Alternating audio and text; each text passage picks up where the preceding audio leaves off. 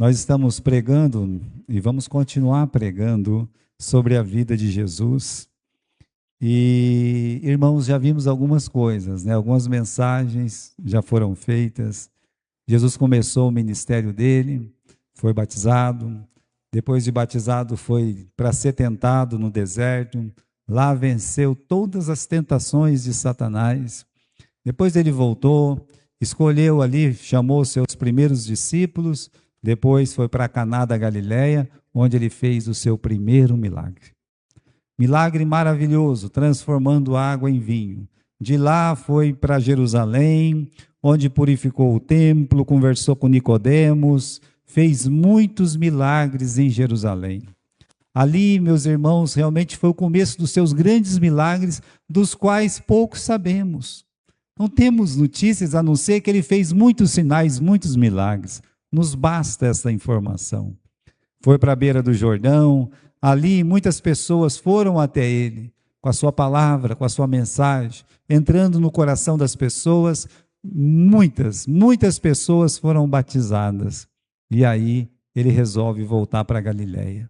Passou por Samaria e ali conversou com a samaritana, e da samaritana conseguiu alcançar o coração de muitos samaritanos. E voltou para Galileia. Nós vimos isso na semana passada. Agora ele já está na terra dele, na Galileia. Mal chegou lá, vem aquele pai daquele filho, meu filho está doente, está morrendo, o senhor precisa ir lá para que ele seja curado. Jesus não foi, nós vimos isso, mas Jesus disse, vai, o teu filho vive. Ele creu na palavra do Senhor. E quando ele chegou na casa dele, o filho já estava curado, mostrando que a palavra de Deus, a palavra de Cristo, é tão poderosa quanto a sua própria presença. Foi isso que a gente viu na semana passada. E hoje, meus irmãos, nós vamos ver que Jesus, ele foi rejeitado na cidade que ele foi criado, que é Nazaré, a rejeição dos nazarenos, né? Que mostra para nós assim que as maiores bênçãos, às vezes, elas estão tão perto de nós e nós não conseguimos ver, não conseguimos enxergar, nós não pegamos, pelo contrário. O que nós fazemos muitas vezes, nós jogamos fora aquilo que Deus nos dá. Veja, se você pensar a grande bênção da família de Jacó, que era aquele menino chamado José. Lembra? Aquele menino que Deus revelou sonhos para ele, sonhos que iria abençoar toda a família. E o que é que os irmãos fazem? Os irmãos fazem o quê? Os irmãos vendem aquela bênção, somem com aquela bênção, quase que aquela bênção não aparece mais. Para ver, meus irmãos, como muitas vezes nós temos a bênção bem perto de nós, e nós fazemos o quê? Nós jogamos fora, nós desprezamos essas bênçãos, e isso é uma coisa que acaba, muitas vezes atrasa muito a nossa vida. E em outras ocasiões, as pessoas vão sofrer até a volta do Senhor Jesus Cristo, ele morrer, porque algumas bênçãos realmente foram jogadas fora. Às vezes o caso da igreja, né? Como muitas vezes a bênção está ali, tão perto de nós. Pessoas trabalhando, pessoas se dedicando, pessoas, fazendo tantas coisas, e nós desprezamos, nós simplesmente desprezamos os nossos irmãos que trabalham ao nosso lado. Então, vamos ver o que está acontecendo na nossa passagem de hoje. Versículo 14. Pelo poder do Espírito, ele voltou para a Galileia. Bom, já vimos isso. E a sua fama correu por todas as terras em redor. Porque aqui, irmãos, temos um evento, mas como o próprio texto diz, ele já tinha passado por Cafarnaum, ele passou por Caná, ele fez o milagre, o segundo em Caná, que a gente viu na semana passada, mas milagres tinham sido feitos na Galileia, especialmente em Cafarnaum, aonde, meus irmãos, ele ficou a maior parte do seu ministério. Então você vê que a fama do nosso Senhor Jesus tinha corrido por todos os lugares, e versículo 15, ensinava nas suas sinagogas, e por todos ele era louvado. Entrava e saía de qualquer sinagoga da Galileia, e quando ele entrava e pregava e saía da sinagoga, de todos, olha só, de todos ele era louvado. Ou seja, eles elogiavam, eles tinham ele como estima. E no versículo 16, chegou finalmente a Nazaré. Olha lá, e chegando a Nazaré, onde fora criado, entrou num dia de sábado, segundo o seu costume, na sinagoga e levantou-se para ler. Aqui, irmãos, esse versículo 16 mostra para nós que ele foi na sinagoga. Já tinha dito que ele ia nas sinagogas, só que essa é especial. Às vezes a gente fica pensando o que era uma sinagoga, às vezes a pessoa não sabe o que era uma sinagoga. Eu escutei tanto falar sobre a sinagoga, o que é uma sinagoga?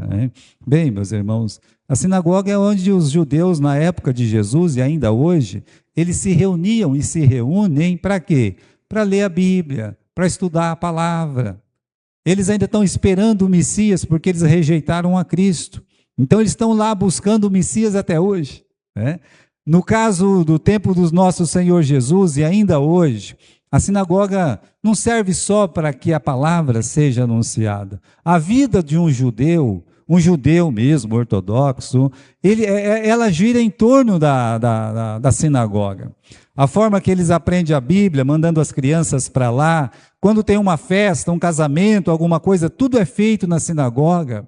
A vida social da pessoa é vivida dentro de uma sinagoga. É ali que eles se encontram, é ali que eles se conversam, é ali que eles convivem. Né? É assim com os judeus até hoje. Então, se você for numa sinagoga, você vai ver até um prédio pequeno, parece que não é tão grande aquele prédio, mas repare que existe um complexo. Né? Vai ter muitas coisas ao redor. Por quê? Porque eles convivem ali. Não era diferente no tempo de Jesus. Olha, as pessoas tinham o maior medo de fazer alguma coisa errada e ser expulso da onde? Da sinagoga. Porque ser expulso da sinagoga era perder o convívio com praticamente todas as pessoas ali da cidade, dos judeus. Ali se discutia muitas coisas, além da palavra do Senhor. Bem, só que dia de sábado, vocês sabem, no dia de sábado era dia de estar onde? Era dia de estar na sinagoga. E Jesus, ele vai para Nazaré. Imagine, se Jesus vai para Nazaré, em que casa Jesus vai ficar? Ele tem casa em Nazaré. A sua mãe mora em Nazaré. Os seus irmãos moravam em Nazaré. Ele está voltando para casa, irmãos. Ele está lá, na casa dele, junto com a família dele. Eu não vou para Cornélio jamais, eu vou para Cornélio, vou ficar na casa das minhas irmãs lá, elas que se virem, elas têm que me aguentar lá, eu não vou ligar não, né? Só digo, eu estou chegando. Por quê? Porque eu estou voltando para casa também. Então Jesus, ele estava voltando para casa, está lá com seus familiares, só que chegou dia de sábado é dia de estar na igreja, lá, era dia de estar na sinagoga. Então, meus irmãos, lembrar que a sinagoga era tão importante no tempo de Jesus, e ainda hoje é muito importante para eles. Agora, as igrejas nasceram dentro das sinagogas, seja com Jesus ensinando, seja com os apóstolos. Olha, foram lá que os primeiros testemunhos da palavra de Deus foram anunciados. O apóstolo Paulo, quando ele viajava para suas missões, ele sempre procurava uma sinagoga para apresentar para aquelas pessoas que Jesus, ele é o Messias, Jesus, ele é o Cristo. E aqui Jesus, ele entrou aonde? Na sua sinagoga. Dá uma olhada no versículo 16, olha o que está escrito, que ele chegou em Nazaré, onde foi criado, e entrou num dia de sábado, segundo o seu costume, na sinagoga. Então, é a sua sinagoga, como aqui é a nossa igreja. Sabe, irmãos, eu até hoje, quando eu vou para Cornélio, eu tenho a minha igreja lá. Se eles um dia não vão gostar de mim ou acontecer alguma coisa, que eu acho que é muito difícil, porque sempre que eu vou lá, eu sou muito bem tratado, eu sei que eles me amam lá. Então, eu vou lá, eu me sinto em casa lá. Por quê? Porque foi a igreja que eu me converti, eu cresci ali, né? Desde os 12 anos até os 17, foi ali que eu fiquei. Então, Jesus, ele está na sinagoga, que ele cresceu, que ele foi criado. Os pais dele, José e a Maria, levavam ele para lá todo sábado. Para quê? Para que pudesse ouvir a palavra, ouvir os rabinos ensinarem a palavra. Então, irmãos, ele cresceu ali dentro. As pessoas, os amiguinhos da escola dele, que agora também tem 30 anos, estão dentro dessa sinagoga. As pessoas que ele conhecia na cidade estão dentro dessa sinagoga. É a sinagoga de Nazaré. Queridos irmãos, Jesus, antes dele realmente ser assim, alguma coisa, ele foi chamado de Jesus do quê? De Nazaré. Jesus de Nazaré. Nazaré vai rejeitar Jesus, mas Jesus nunca rejeitou Nazaré. E digo mais, quando ele morreu na cruz, estava escrito o quê? Jesus de Nazaré, o rei dos judeus. Então, meus irmãos, até a seita, como eles chamavam, a igreja, era chamada a seita dos nazarenos. Por quê? Porque Jesus era um nazareno. Ele nunca teve vergonha de Nazaré. Era um prazer para ele estar naquela sinagoga. Era uma alegria para ele estar lá. Era a sua casa. Então, quando fala que ele voltou para lá, imagine, ele está voltando para a casa dele, para a sinagoga dele. Ele conhece todo mundo ali, conhece os bancos. Sabe quando você conhece o banco? Você sabe que aquele banco era seu? Não tem isso na igreja, né? Uma vez a gente estava abrindo a igreja lá, em Pompeia. Aí teve um casamento de uma japonesinha lá, com o irmãozinho Daniel. Aí chegou uns japoneses lá, pessoas, né, graduadas lá naquela cidade. Aí chegou um lá, sabe? E disse, esse banco era o meu. Porque ele era membro da igreja lá quando ele era pequenininho. Ele falou assim, ó, esse banco era o meu. Eu dormia nesse banco, ele disse, né? O segundo é o meu, né? Eu pensava assim, olha que coisa interessante. Então Jesus, ele está na casa dele, ele conhece tudo lá. E então ele entrou, ele se sentou. E o que acontece agora? Né? E podemos ver a expectativa em torno de Jesus quando ele entrou naquela sinagoga. Já disse da fama dele. Quando ele estava lá, antes da fama, ele nunca tinha feito um milagre, porque ainda não tinha começado o seu ministério.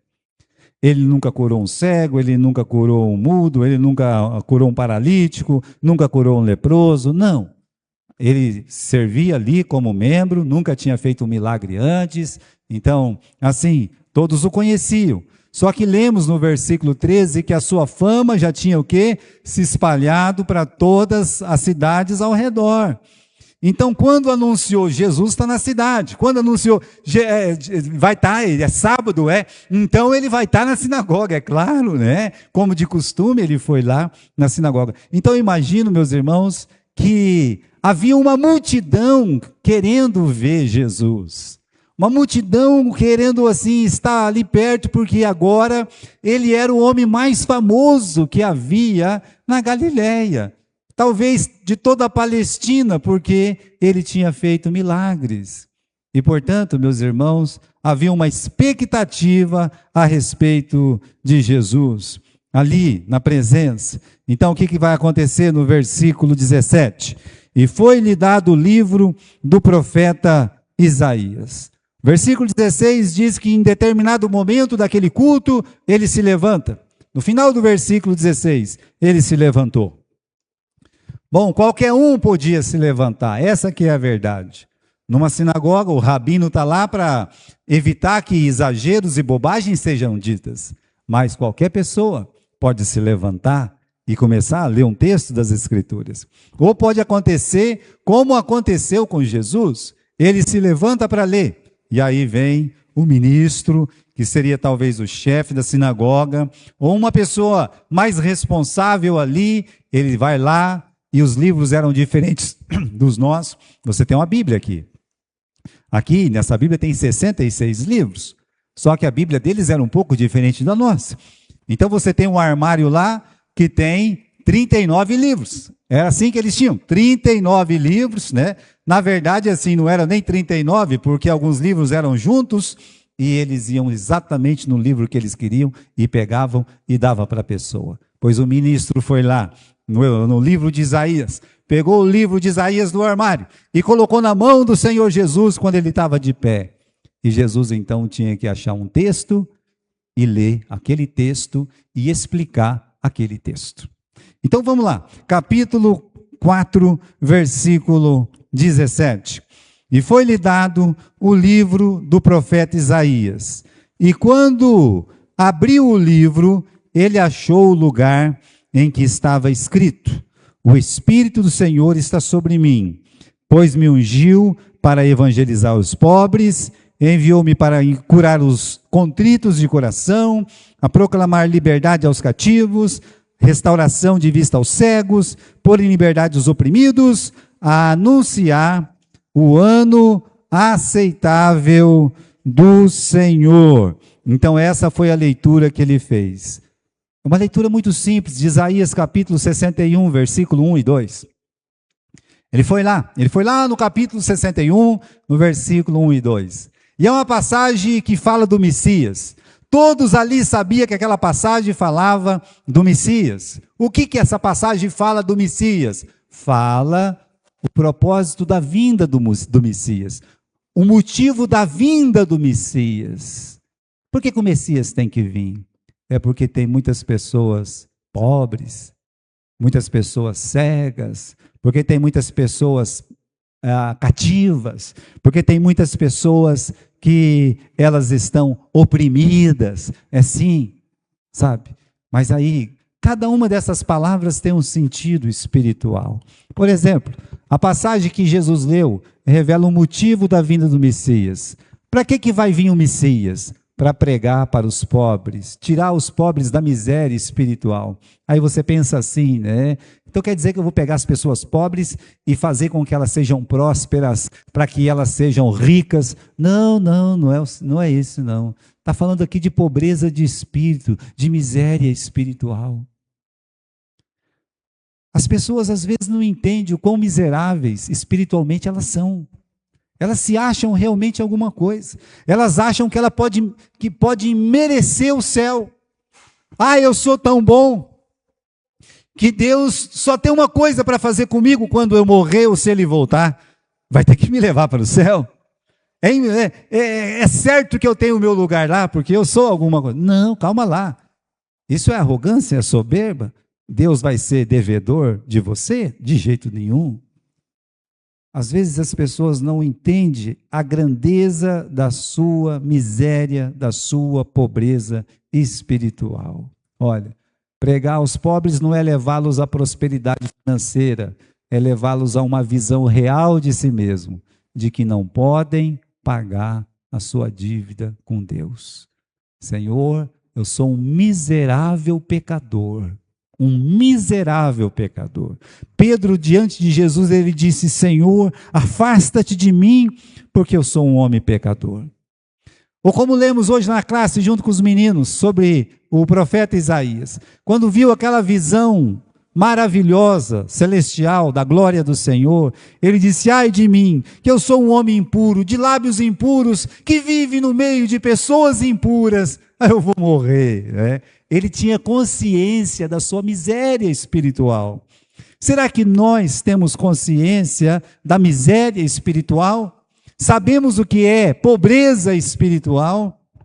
Sabemos? Pois deveríamos saber.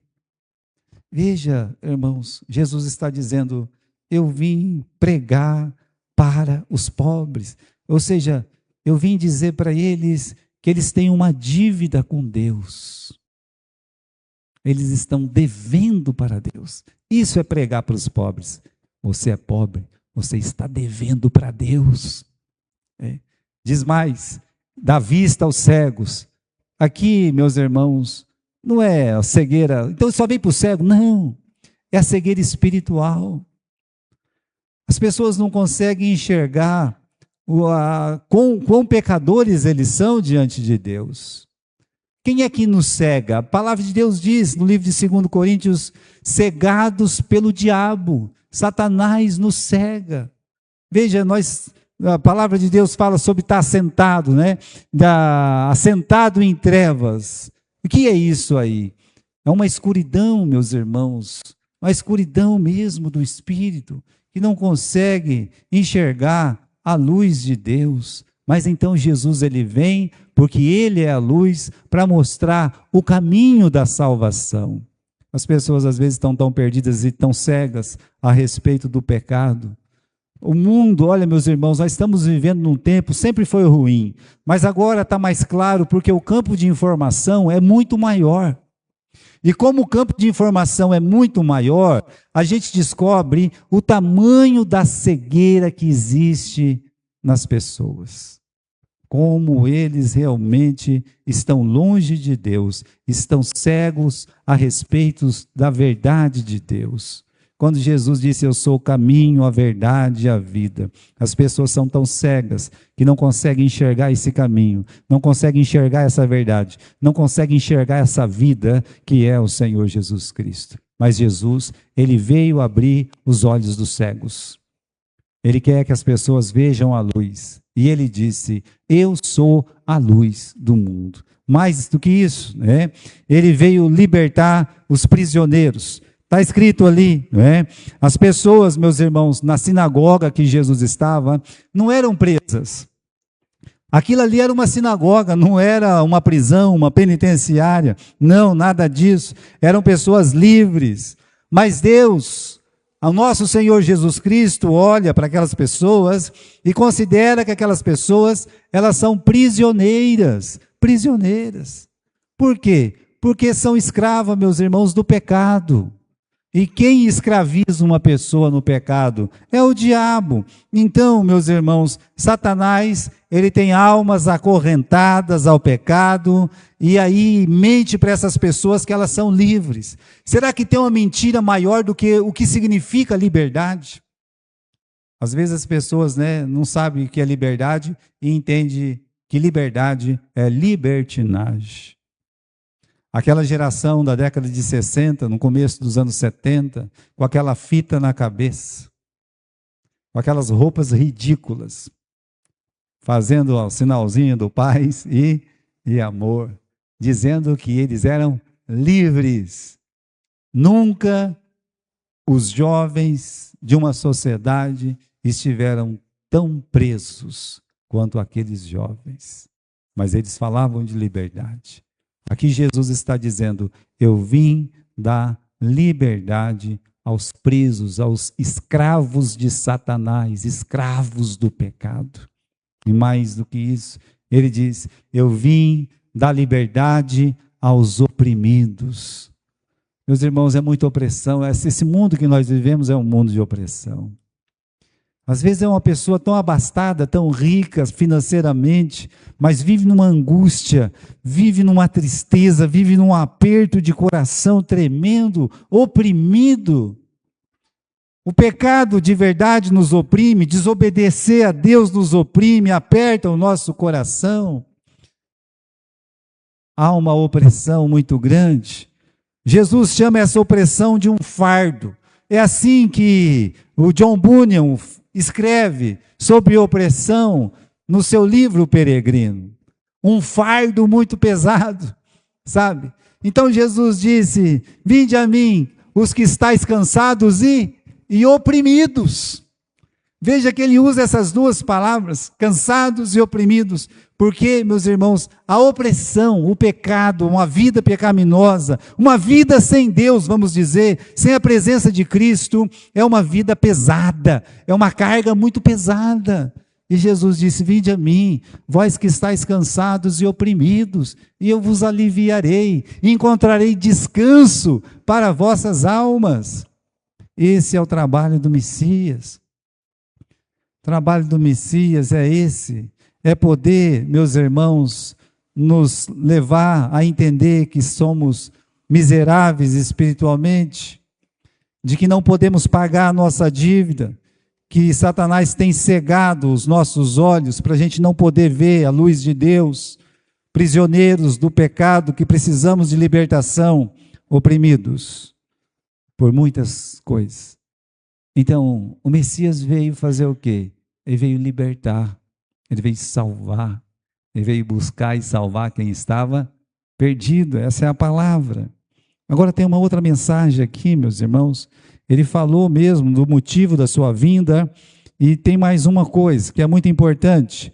O que Jesus quis dizer com isso que está escrito no final do versículo 19: anunciar o ano aceitável do Senhor. Então, o que é isso, pastor? O que é esse negócio de ano aceitável do Senhor?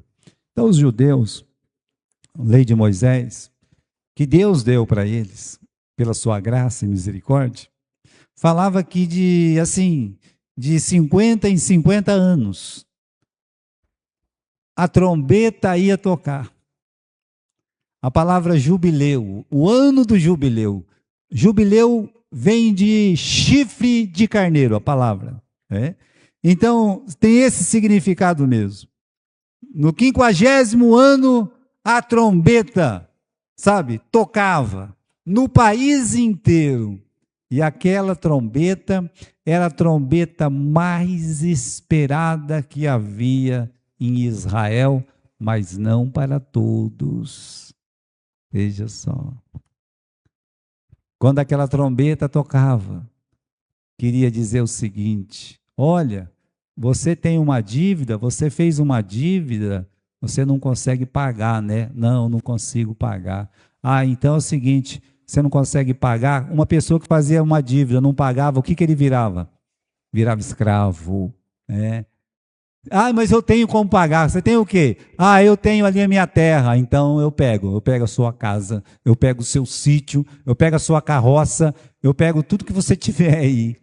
E a pessoa tinha que entregar. Se não tivesse nada, ela virava escravo. Então, imagine que em 50 anos, quantas coisas acontecem. Propriedade de uma família, que o pai lutou, que o pai trabalhou, e aí por algum problema financeiro, teve que entregar para outra pessoa, e a outra pessoa foi lá, tomou posse, e ele foi viver numa pobreza muito grande.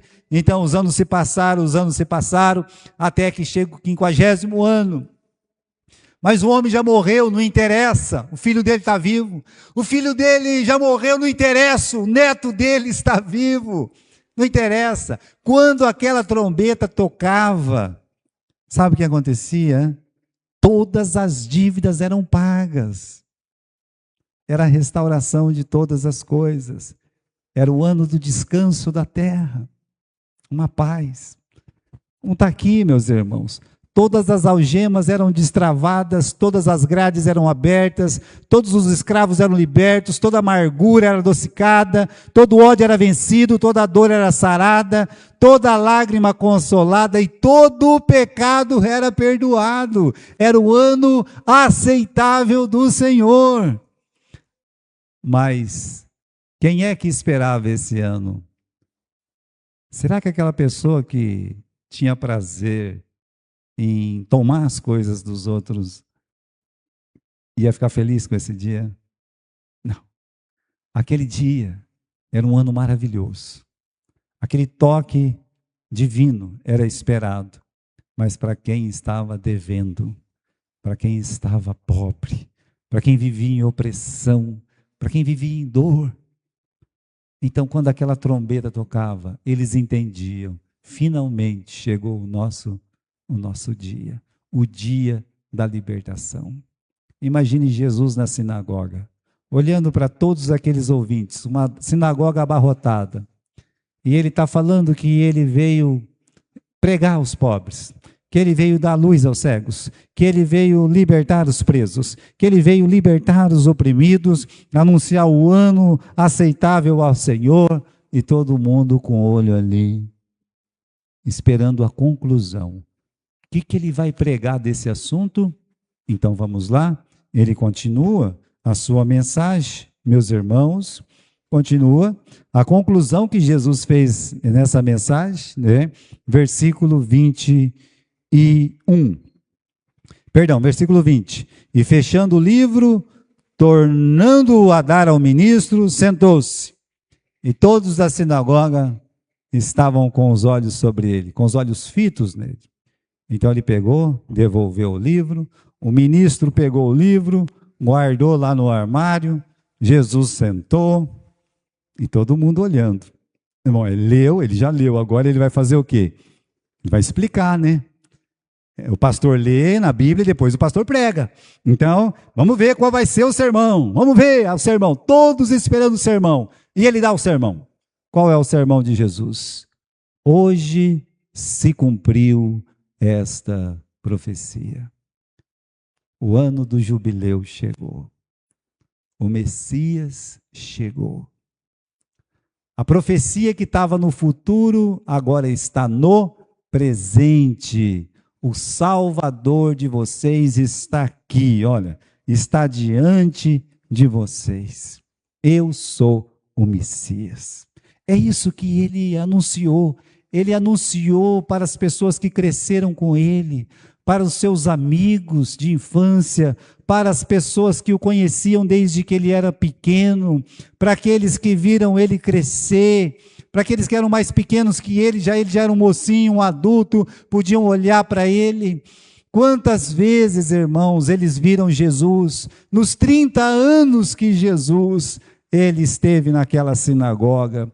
Quem podia olhar para Jesus e dizer assim, eu conheço uma falha desse homem, ele não pode ser o Messias, porque eu conheço uma falha, umazinha eu conheço, ninguém podia falar nada disso. Pelo contrário.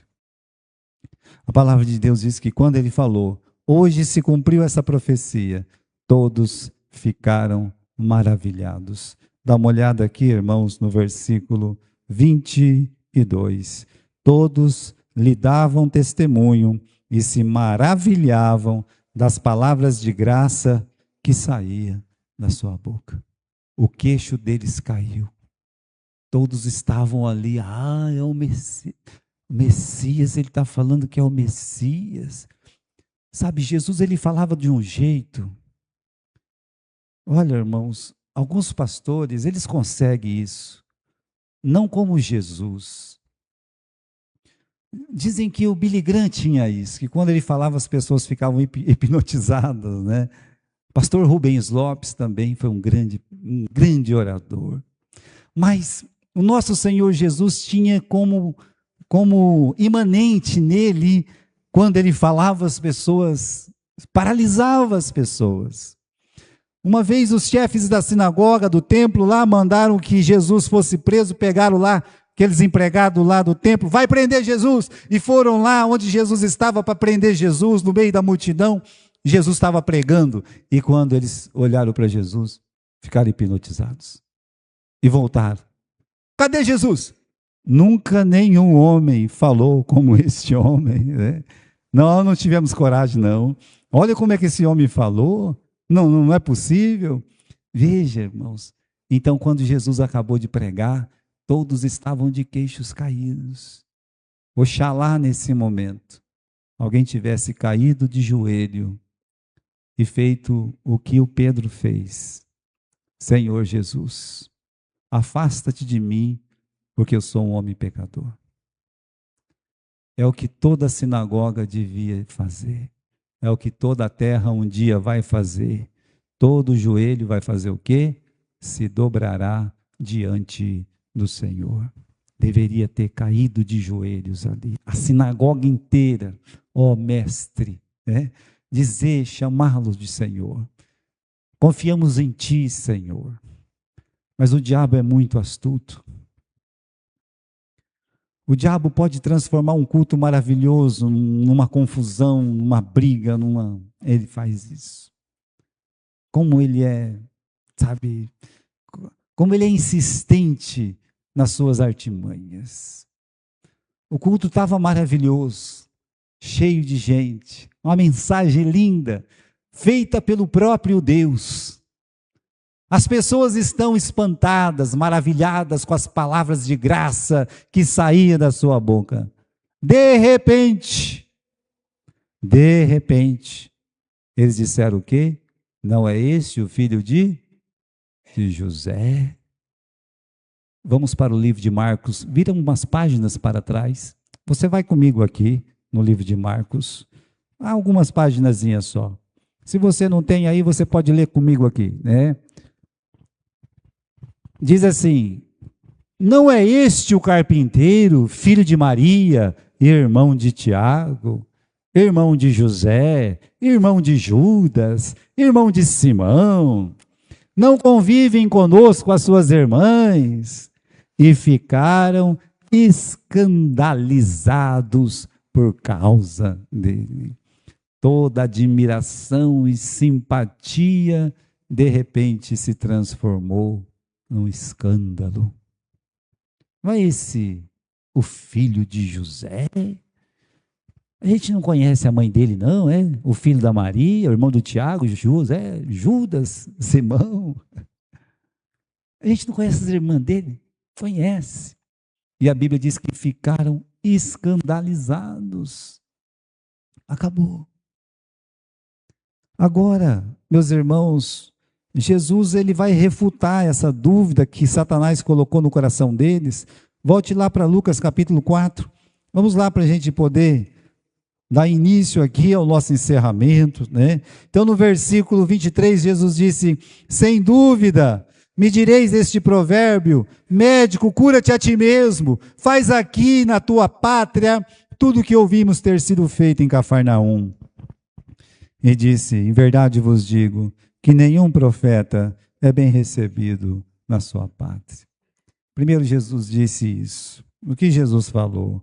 Ele leu o pensamento deles e disse: vocês querem um milagre, né? Vocês querem um milagre. Mas aquela geração não merecia um milagre. Mestre, faz aqui algum milagre que fizeste lá em Cafarnaum, cura um cego aqui, alguma coisa, né? Bom, Jesus, meus irmãos, poderia ter feito isso com muita facilidade. Depois ele conta a história do profeta Elias e do profeta Eliseu, referindo-se à rejeição. Nenhum profeta é bem recebido na sua própria terra, na sua própria pátria. Olha o que aconteceu lá com o profeta Elias. Tinha muitas viúvas em Israel, mas nenhuma delas recebeu a visita para ser abençoada, como a viúva de Serepta, que morava lá na Síria. Olha o que está acontecendo lá no tempo do Eliseu, o profeta Eliseu. Tinha muitos leprosos no tempo de Eliseu, mas só o Naamã, o sírio, é que ele foi curado. Agora, por que será que Jesus contou essas duas histórias? O que essas duas histórias têm a ver com a rejeição? Tem tudo a ver, irmãos. Elias foi rejeitado como profeta. O Eliseu ele foi rejeitado como profeta. Havia perseguição contra um e contra outro, menos com Eliseu. Quando os dois trabalharam juntos, os dois foram perseguidos. Agora você repare bem, né, que quando Elias chegou na casa da viúva, ele fez um pedido para a viúva. Havia fome na terra. A terra ia ficar 3 anos e meio sem uma gota de chuva. E uma miséria muito grande. Ele chegou na casa daquela viúva, que Deus mandou ele para lá, e disse: tem alguma coisa para comer? Ela disse: não tem não, né? Aqui eu tenho um pouquinho de farinha com um pouquinho de azeite. Eu vou fazer um bolinho aqui, mas é só para mim e meu filho. Veja bem, eu não tenho. Eu sou pobre, sou uma viúva. Vai para a casa do lado. Talvez ela pensava isso. Mas aí o profeta disse: minha senhora, faz o bolo, usa o seu bolo, sua farinha, o seu azeite, faz um bolo. E saiba que a primeira coisa que você vai fazer é trazer aqui um pedaço para mim comer. Fica tranquila, não vai faltar azeite no seu pote, não vai faltar farinha na sua panela, pode ficar sossegada. Agora ela podia dizer: por que eu tenho que acreditar nesse homem? Eu nunca vi ele, eu nem sei quem que ele é. Agora a palavra de Deus diz que ela fez o quê? Que ela fez o bolinho e deu primeiro para quem? Para o profeta. E não faltou nem azeite e nem farinha na casa daquela mulher.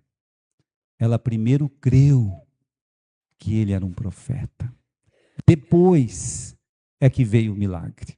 A mesma coisa aconteceu com Naamã, que queria tanto ser curado da lepra. O Eliseu nem saiu para recebê-lo. Disse: vai lá e se lava 7 vezes no Rio Jordão. Ele foi, teimando, mas foi. Primeiro ele obedeceu, e aí, meus irmãos, depois é que veio o milagre. Essas pessoas aqui em Nazaré, que é primeiro um milagre. Deixa eu dizer, não houve um milagre de Jesus, nenhum. E todos são maravilhosos. Mostram o seu poder, a glória de Deus. Mas não teve um milagre que seja os maiores, como a ressurreição da filha de Jairo, como a ressurreição do filho da viúva de Naim, como a ressurreição de Lázaro, nenhum dos milagres de Jesus, por poderosos que fossem, salvou uma alma. Nenhum. O que salvou a alma daqueles que estão hoje na eternidade, que ainda estarão com Cristo na eternidade, foi o quê? O derramamento do seu sangue, a vida que ele entregou. Ninguém precisa de milagre para ir para o céu. Eles conheciam Jesus. Diferente dos outros lugares que ninguém conhecia Jesus, os nazarenos conheciam Jesus. Eles, mais do que ninguém, não precisavam de milagres. Não precisavam. Podiam dizer para a própria boca, esse homem nunca pecou. Ele só pode ser o Messias. É impossível uma pessoa não pecar. Ele é o Messias. Mas quando Jesus citou esses dois exemplos, meus irmãos, a coisa ficou feia, muito feia. Dá uma olhada aqui, né, nessa reação furiosa dos nazarenos, no versículo 26, 27, 28, né? E todos na sinagoga, ouvindo estas coisas, se encheram de ira e, levantando-se, o expulsaram da cidade e levaram ele até o cume do monte em que a cidade deles estava edificada, para ali o precipitarem. Então, as atitudes são as piores possíveis. Como é que pode? Pessoas que viram ele crescer, pessoas que conheciam o pai dele, a mãe dele, pessoas que sabiam que ele nunca fez mal a um mosquito, nunca fez mal a nada, a ninguém. Como é que pode essas pessoas se encher de ira, pegar Jesus, expulsar ele da cidade, levar ele para o precipício? Imagine o precipício. Olha, só de ficar olhando para baixo, eu não gosto. Eu ficar de olhando para baixo, me dá uma tontura, parece que eu vou cair.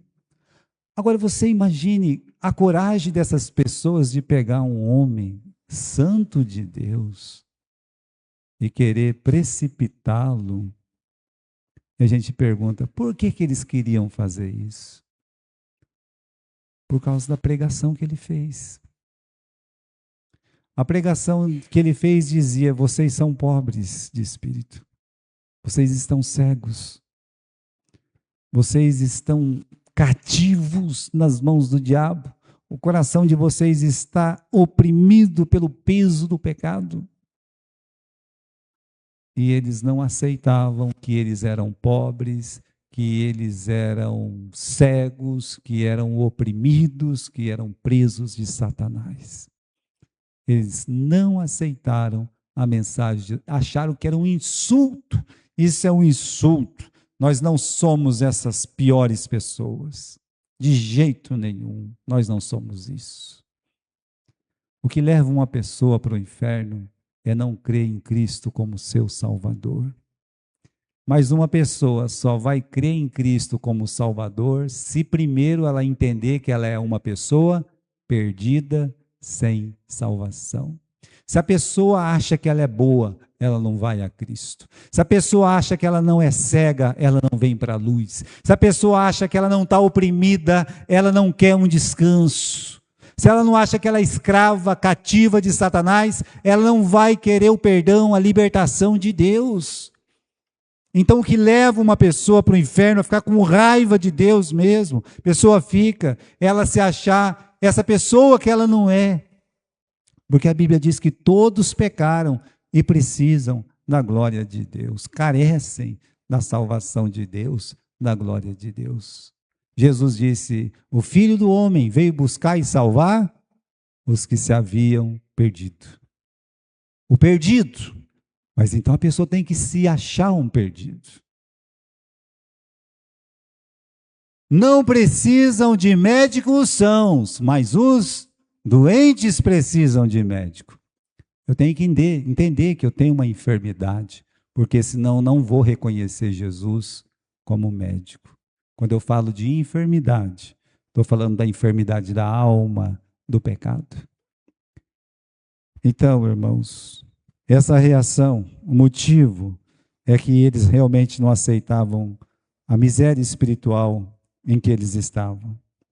Então, se eles quisessem a salvação, precisavam confessar sua indigência espiritual, sua pobreza espiritual, sua cegueira espiritual, sua escravidão espiritual e sua opressão espiritual. E dizer: Senhor, tende misericórdia de nós. Realmente, somos cegos, pobres, nus. Satanás tem nos oprimido. Nos liberta, Senhor. Tende misericórdia de nós. Bem, irmãos, o que nos ensina, né, essa rejeição dos nazarenos? Primeiro, que eu vejo que eles jogaram a bênção fora com as suas próprias mãos.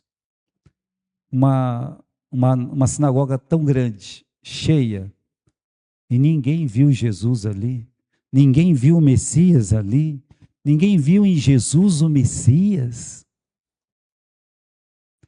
Aí Jesus vai lá para a terra da Cananeia, de Sidom, e uma mulher olha para Jesus e diz: Senhor, tem misericórdia da minha filha, porque ela está miseravelmente doente, Senhor. Oh, Senhora, não é justo pegar o pão dos filhos e jogar para os cães, para os cachorros. Oh, Senhor, até os cachorros comem das migalhas que caem da mesa dos seus senhores. Olha o lugar que ela se colocou. E às vezes a gente se acha tanta coisa. E por se achar tanta coisa, é que as bênçãos são jogadas pela porta e pela janela. Queridos irmãos, nós temos uma boa igreja, com irmãos extremamente capacitados. Eu fico vendo em todas as áreas, na área financeira, na área de secretaria, na área de música. Se essas pessoas estivessem em outra igreja, eles teriam que pagar eles para fazer isso. Essa é a verdade. É. Mas fazem com maestria, com amor, com carinho. Nossas professoras da escola dominical, que bênção! Quantas são? Muitas. Eu disse hoje de manhã, eu fiquei ali atrás só reparando como é que funciona ali, para agradecer a Deus. Oh, meu Deus, muito obrigado, obrigado. É, quanta coisa. Chega uma Kombi, chega duas, chega van, as pessoas estão ali trabalhando desde cedo, lutando, sabe? Nossos irmãos do coral, precisa ter mais jovens no nosso coral, mas nossas mulheres, nossos homens estão subindo, estão cantando. Olha quanta coisa. Um grupo de jovens de fazer inveja, não pelo número, porque outras têm muitos mais, mas pela qualidade, pela dedicação, pela capacidade deles e interação com todos os trabalhos da igreja.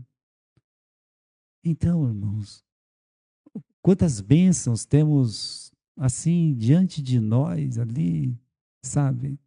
Se algumas coisas que acontecem na nossa igreja de bênção, se as outras saíssem e vissem outra igreja, ia sair contando vantagem muito.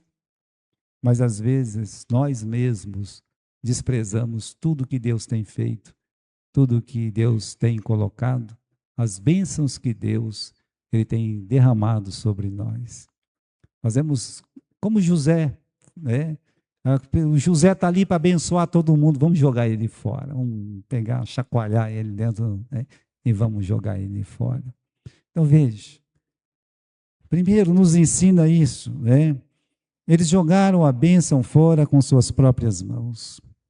E nós temos facilidade em rejeitar as pratas que nós temos na nossa própria casa.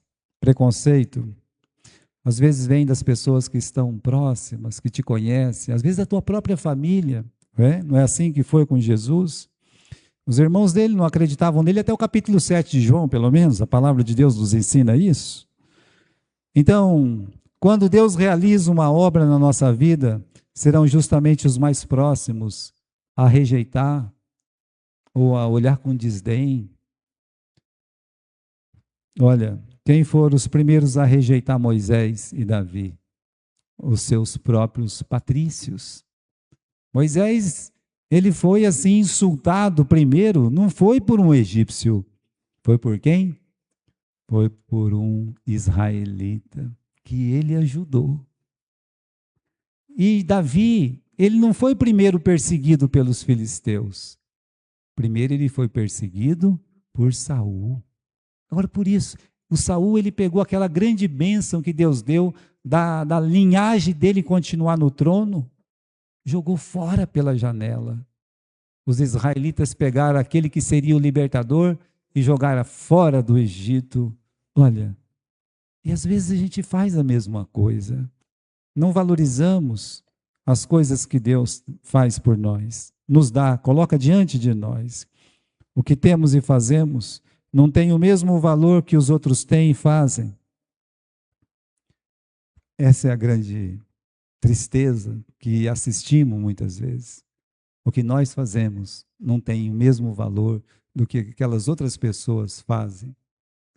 O que nós temos não tem muito valor do que as outras pessoas têm. Eu digo isso de família. Eu digo isso de igreja. Quão pouco nós olhamos com alegria e gratidão tudo que Deus tem feito por nós. Se alguém naquela sinagoga, se um rabino, se um instruído se levantasse e dissesse como Simeão, quando pegou Jesus com as suas mãos, ainda um bebê, e disse: Senhor, já posso me despedir deste mundo, porque os meus olhos já viram a tua salvação. Estou feliz, Senhor. Obrigado, porque Jesus está aqui. Gente, vamos adorar Jesus. Nenhum. Mas ele estava na sua casa, ele estava na sua sinagoga, ele estava no meio do seu povo. Vede, irmãos, que Jesus está tão perto de nós e nós nem percebemos. Tão perto ele esteve de Herodes, de Pilatos, dos nazarenos, de tantos outros, e não o viram, não conseguiram enxergar essa luz. Tem uma palavra que o apóstolo Paulo diz, para a gente terminar, que diz: a palavra está junto de ti, na tua boca, no teu coração. Esta é a palavra de fé que pregamos. Olha, a palavra está junto de ti. É como se ele estivesse dizendo: a palavra está tão pertinho de você, está tão pertinho, está na tua boca, no teu coração. É a palavra de fé que nós pregamos. Qual palavra de fé? Se com tua boca confessares ao Senhor Jesus, em teu coração crê que Deus o ressuscitou dentre os mortos, será o quê? Salvo. Tão fácil ir para o céu, tão fácil morar com Deus na eternidade, tão fácil poder viver eternamente, desfrutando da glória de Deus, se com a tua boca confessares, se crê de todo o seu coração, tão perto a palavra, serás o quê? Serás salvo. Então, irmãos, aqui vai para aquelas pessoas que precisam tomar uma decisão em suas vidas. Você nunca fez uma profissão de fé? Nunca disse: Senhor Jesus, vem morar no meu coração? Então faça isso.